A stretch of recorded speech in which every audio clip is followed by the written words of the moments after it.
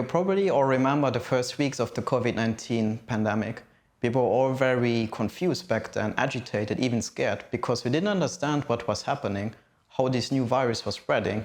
Imagine if back then we had a device that anyone could use in any place to check at any time if they had COVID. I think the pandemic would have unfolded very differently, don't you think? What if I told you about a device that would tell you basically immediately if you have COVID or just a common flu when you're feeling sick? This technology is closer than you might think. My name is Michel Friesing and I'm working on such a technology. Basically what I do is to look at the colors of viruses and bacteria.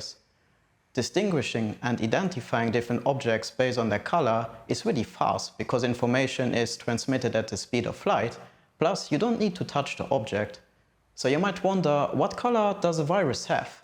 Well, we can see the colors of more common objects like apples and oranges.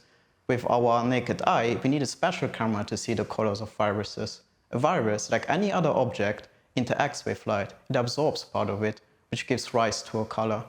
And this color that the camera sees is unique for each virus, like a fingerprint. Unfortunately, the color signal is usually pretty weak because viruses are so small, around 1,000 times smaller than the cross-section of a human hair. But the color signal can be boosted if you place the virus close to a metal nanostructure.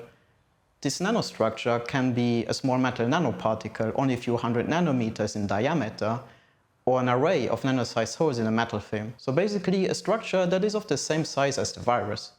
And the virus just needs to be in the proximity of this nanostructure in order to initiate the light-matter interactions, boosting the color signal.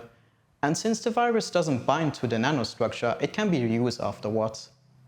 So you can see that metal nanostructures are actually perfect candidates for reusable rapid tests. First, we can distinguish different viruses based on their color when they interact with light.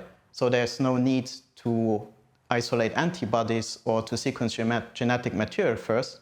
Second, the results are basically available immediately since you're only looking at colors.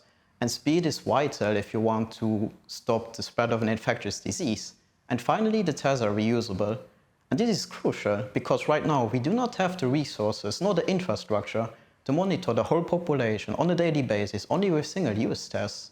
And imagine the mountains of waste that we would produce. We need to switch to reusable tests. And while my research won't be available in time to help with the current crisis, I hope that we will be better prepared for the future and that we can prevent the next pandemic from happening.